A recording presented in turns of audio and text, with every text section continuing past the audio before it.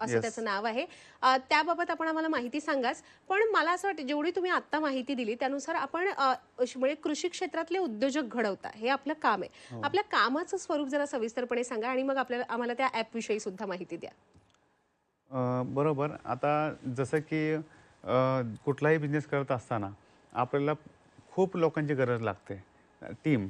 आता टीम जर आपल्याकडे नसेल तर आपण मोठा व्यवसाय करू शकत नाही. बरोबर आहे. ज्यावेळेस मला असं जाणवलं की आपल्या ह्या इंडस्ट्रीमध्ये काम करत असताना खतांचं वेगळं स्वरूप आहे, नर्सरीचं वेगळं आहे. त्याच्यानंतरनं मार्गदर्शन करणारे लोकं वेगळे आहेत, एक्सपोर्टवाले वेगळे आहेत, हॉटेलला सप्लाय करणारे वेगळे आहेत. कारण का? कारण की प्रत्येक ठिकाणी वेगवेगळी लोकं एक्सपर्ट आहेत आणि आपण त्यांनाच पुढे घेऊन जाऊ शकतो. तर त्यासाठी मी टीमच तशी घेतली, ज्या इंडस्ट्रीत ज्या व्यक्तीने 5 ते 10 वर्ष दिलेत, त्या व्यक्तीला मी सोबत घेतलं आणि माझं काम करण्याची पद्धत एकत्र आलो आणि आज शेतकरी जेवढे पण माझ्यासोबत जुडलेत, त्या सगळ्या शेतकऱ्यांना कसं चांगलं होईल, हे मी ह्या सगळ्या टीमला घेऊन काम कुठल्या करतोय. कुठल्या भागातले शेतकरी जोडलेत आपल्याबरोबर? आज आपल्यासोबत पूर्ण महाराष्ट्र जुडलेले आहेत. म्हणजे हं. सोलापूर, टेंभुर्णी, बारामती, तुमचं नारायणगाव आहे, नाशिक आहे, जिथं आपलं ह्यूजमध्ये माल जातो. खूप मोठ्या हं, पद्धतीने पिकतं त्यामध्ये. नारळ आहे, तुम्ही केरळला गेलं तर नारळ भेटतात. म्हणजे ज्या ठिकाणी काय पिकतं तिथं आमचे सेंटर आहेत. अच्छा. खरं येस. तर आपल्याकडून शेतकऱ्यांना काय फायदा होतो याबाबत मी विचारणारच आहे. पण तोपर्यंत सविस्तरपणे सांगा, की आपलं जे ॲग्रोबीट ॲप आहे, ते कसं फायदेशीर आहे शेतकऱ्यांसाठी? येस. ज्यावेळेस हे कसं उद्या असाल हे मी अगोदर सांगतो सविस्तर. ॲग्रोपिट ॲप येण्या अगोदर मी एक व्यक्तीला सप्लाय करत होतो मँगो. तिथं आंबे सप्लाय केल्यानंतरनं त्याचे मी पैसे घेत असताना आमची चर्चा झाली आणि ते एक आय टी पर्सन होते, सागर अच्छा. शिंदे म्हणून. आणि ज्यावेळेस गावाकडं आपली बंधू आहे, वडील आहेत, सगळे आहेत, त्यांचा हिशोब त्यांच्याकडे लागत नव्हता. हं, हं. कारण हिशोब का लागत नाही? कारण की आलेला माल तो काय करतो? विकतो. विकून झाल्यावर तो ज्यांचे पैसे मित्राचे आहेत, कुणाकडनं घेतलेत, लोन आहे, त्यांना दिल्यानंतरनं त्याला जाणवतंय की की आपला जो खर्च आहे तो सुद्धा निघत नाहीये. का? की त्याला नियोजन नव्हतं. आज प्रत्येक घरामध्ये फिरतोय मी शेतकऱ्यांच्या. घरामध्ये ना त्यांच्याकडे फाईल आहे, ना कुठलं मॅनेजमेंट आहे, काही नाहीये. कारण की तो फक्त पिकवतोय. ॲग्रोबिट ॲप लॉन्च झालं पाहिजे ह्याची गरज आहे. काळाची गरज आहे समजून आम्ही डेव्हलप केलं. आज त्याला 4 ते 5 वर्ष झाले. आज ते ॲप डाउनलोड कमीत कमी 1,00,000 प्लस लोकांनी डाउनलोड केलं. त्याचा मेन उद्देश असा आहे, की तुम्ही पिकवत असलेला प्रत्येक माल हा काय फक्त बियाणं खतांचा खर्च नसतो. तुम्ही ते बैलांचं कुळवणे असेल, शेणखत असेल, सरी पाडणे असेल, हा सगळा खर्च तुम्हाला त्याच्यामध्ये मांडायचा आहे. हं, हं, म्हणजे हं. हिशोब. तुम्ही खतं आणली, त्याची बिलं तुम्ही फोटो काढून त्याच्यामध्ये टाकू शकता. तुम्ही कुणाला विकणार आहे, ज्यावेळेस पूर्ण हार्वेस्टिंग होणार आहे, त्यावेळेस तुम्हाला त्या ॲपचा ज्यावेळेस खर्च समजेल, की मी डाळिंब पिकवलंय, ₹1,50,000 खर्च झालाय. जर एखाद्या एक्सपोर्ट एजंटनी जर तुमच्याकडे मागणी ती ₹1,00,000 केली, तर तो शेतकरी देऊ शकत नाही. कारण की त्याला पहिले खर्च समजलेला आहे. त्यामुळे ह्या ॲपचा खूप मोठा फायदा होऊ शकतो. दुसरा फायदा ॲपचा असा आहे, की तुम्हाला घरी बसल्या कस्टमर येतील, तुम्हाला कॅशमध्ये पेमेंट देतील आणि तुमची बाग तुम्हाला विकायची आहे. हं. कारण पूर्ण बाग विकायचं नियोजन आम्ही त्याच्यामध्ये केलेलं आहे. कारण की तुम्हाला खर्च समजलेला आहे.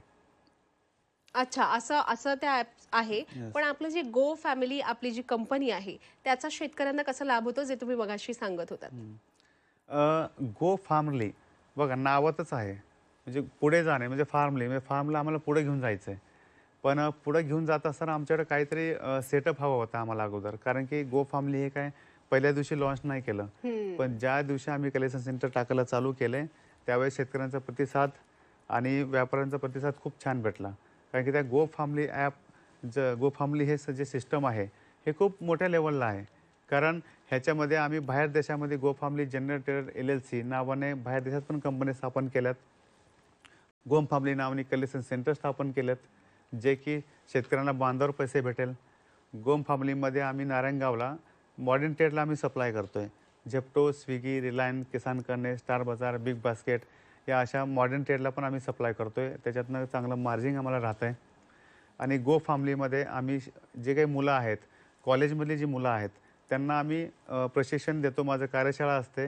ते झाल्यावर ते रिअलमध्ये त्या गो फार्मलीमध्ये येतात. तिथं पॉली हाऊस आहे, तिथं शेती आहे.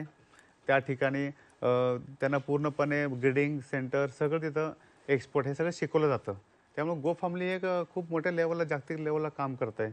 मग युवा पिढीला पण शिक्षण देत आहे, शेतकऱ्यांना पण एक भक्कम आधार बनलं आणि एक्सपोर्ट लेवलला बाहेर देशामध्ये गो फार्मलीला लोक ओळखायला लागले. पॅकेजिंगमध्ये आम्ही काम करतो आणि गो फार्मलीमुळे आज बरेच उद्योजक लोक आम्हाला येऊन भेटतात की सर तुमच्यासारखं आम्हालाही प्रशिक्षण द्या. तर आम्ही त्यांना प्रशिक्षण देऊन एक नवीन उद्योजक कधीही संपू नये असं गो फार्मली सुंदर काम करते. खरं तर या विचारासाठीच आपलं खूप खूप कौतुक. आपण मगाशी सांगितलं की शेतकऱ्यांनी आता नवीन टेक्नॉलॉजी अवगत करायला हवी, एआयचा वापर करायला हवा. आपण जर शेतात पाहिलं तर ड्रोनचा सुद्धा आजकाल वापर होऊ लागलाय. तर एआयचा वापर नेमका कसा फायदेशीर ठरू शकतो आपल्या शेतकऱ्यांना? अनेक शेतकरी आज आपला हा कार्यक्रम पाहत असतील. अगदी. मी माझ्या शेतकरी बांधवांना एक नक्की सांगेल की कुठलीही गोष्ट ज्यावेळेस नवीन असते त्यावेळेस थोडंसं कष्ट करावं लागतो, त्रास होतो. ह्याचं रिझन असं आहे, जसं कोविडमध्ये आपण पाहिलं की ऑनलाईन हा सिस्टम कधीच नव्हतं. लोक जगापर्यंत पोहोचलं नव्हतं. पण आज सगळ्यांकडं फोनपे, गुगल पे, ऑनलाईन सगळं आहे. सुरुवातीला त्रास झाला, पण आज प्रत्येकाच्या मोबाईलमध्ये इझी होऊन गेलेलं आहे. पण एआय आणि जर ड्रोन बघितलं तर गव्हर्नमेंटने खूप सारे त्यांना सबसिडी असेल किंवा त्यांना ड्रोनचा उपयोग का करा की लेबर प्रॉब्लेम, खतांचं नियोजन हे सगळं फास्ट व्हायला पाहिजे. पण ड्रोनचं प्रशिक्षण घेणं खूप महत्त्वाचं आहे. कारण की ड्रोन प्रत्येकाला चालवायला येत नाही. जसं गाडी चालवणं असतं तसं ते ड्रोन शिकावं लागेल तुम्हाला, त्याचे प्रशिक्षण घ्यावं लागेल. तर एका गावामध्ये 5-6 लोक जरी शिकले तर ॲटलिस्ट ते पूर्ण गाव पण नुसतं एकमेकांना सपोर्ट वापरायचं करेल. म्हणून वापरायचं यात काही फायदा नाहीये. फायदा नाही आहे. कारण की त्याचा खर्च आहे, तो काय स्वस्त नाही आहे ड्रोन. बरोबर. त्याला फायदा कधी आहे, तुम्ही वापरल्यानंतर नाही. आणि प्रशिक्षण घेऊन प्रशिक्षण घेणं वापरलं तर. महत्त्वाचं आहे. आता एआय टेक्नॉलॉजी जर तुम्ही पाहिलं तर एआयचा वापर खूप जण करतात. मी पण थोडंसं करतो, काही जण करतातच. पण एआयमध्ये खूप साऱ्या तुमचे जे प्रॉब्लेम्स आहेत, म्हणजे तुम्हाला जे मनात आहे ते तुम्हाला प्रश्न विचारायचे आहेत. पण प्रश्न कोणता विचारावा ह्याचं सुद्धा प्रशिक्षण घेणं खूप महत्त्वाचं आहे. म्हणजे तुम्ही जेवढं विचारणार तेवढंच तो उत्तर देणार आहे. डॉक्टर आहे थोडक्यात तुमचं ते. पूर्ण जगाचं सर्चिंग करून ते तुम्हाला उत्तर देतं.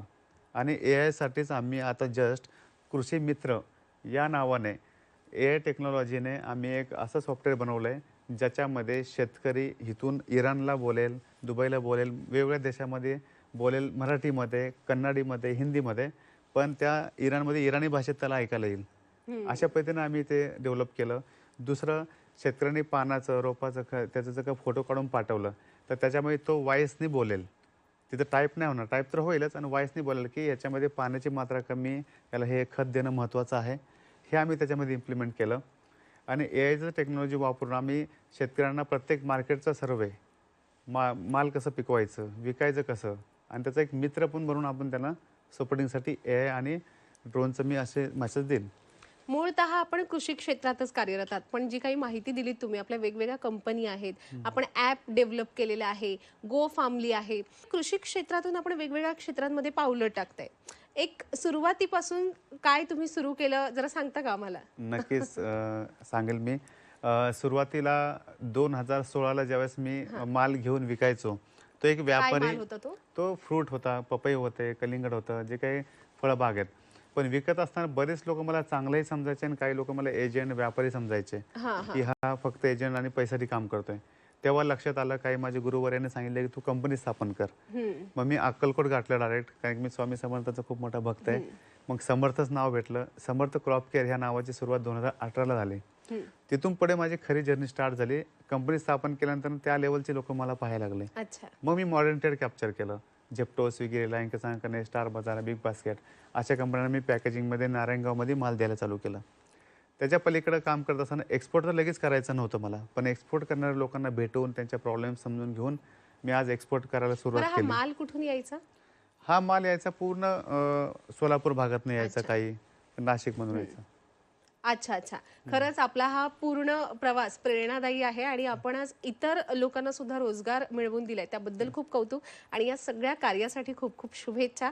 आपण या ठिकाणी आलात आणि इतकी प्रेरणादायी अशी माहिती आमच्याबरोबर शेअर केलीत, त्याबद्दल तुमचे खूप खूप मनापासून आभार. धन्यवाद. Thank you ma'am. प्रेक्षक हो, आता वेळ झालेली आहे इथेच थांबण्याची. ताज्या घडामोडींसाठी पाहत रहा झी 24 तास.